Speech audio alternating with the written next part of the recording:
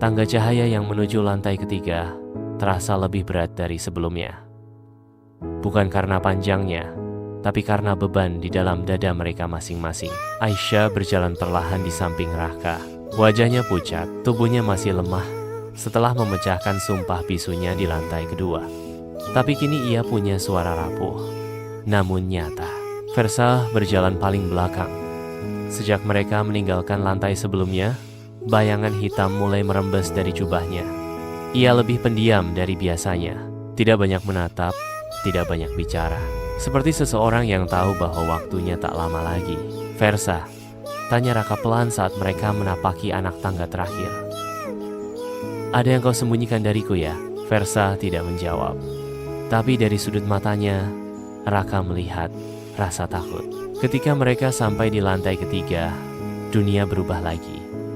Kali ini mereka berada di sebuah danau melayang. Airnya bening, tapi langitnya dipenuhi pantulan wajah-wajah orang yang pernah mereka kenal.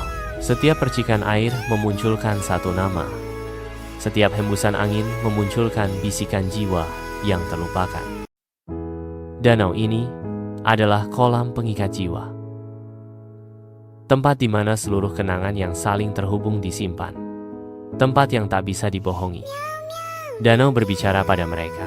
Ada ikatan di antara kalian bertiga yang belum terungkap.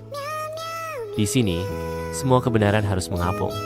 Permukaan air mulai bergerak sendiri.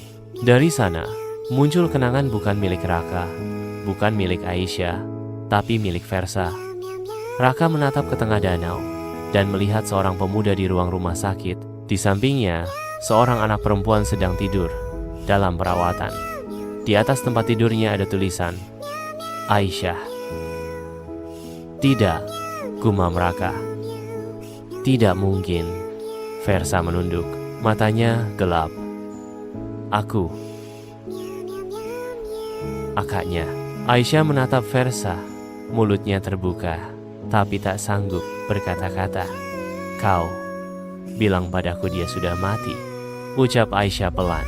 "Aku bohong, karena aku tak sanggup bilang kalau aku gagal menyelamatkanmu," jawab Versa. "Saat kamu dibawa ke Aterion, aku menukar jiwaku agar bisa mencarimu. Tapi menara tak mengizinkanku jadi diriku sendiri. Aku harus jadi bayangan." Raka tak tahu harus berkata apa. Lalu danau berbicara lagi. "Satu jiwa harus mengikatkan dirinya di sini, agar dua lainnya bisa naik. Seseorang harus tinggal." Suasana menjadi dingin. Versa tersenyum tipis. "Sudah waktunya." "Tidak," seru Aisyah. Suaranya kini penuh. "Aku baru bisa bicara lagi. Aku belum sempat minta maaf." "Kau tidak perlu minta maaf," ujar Versa sambil menghapus air mata adiknya. "Kau hidup, Aisyah. Itu cukup." Bayangan hitam menyelimuti tubuh Versa. Tapi kini ia tidak melawan. Ia menerimanya. Dan perlahan tubuhnya mulai menyatu dengan danau. "Raka," kata Versa sebelum lenyap, "jaga adikku dan jangan pernah lupa.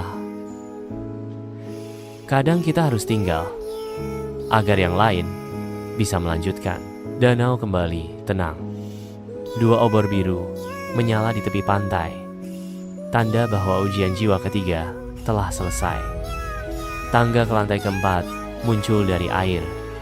Seperti tulang-tulang cahaya, Aisyah diam, tapi air mata tak berhenti mengalir. Raka menggenggam tangannya.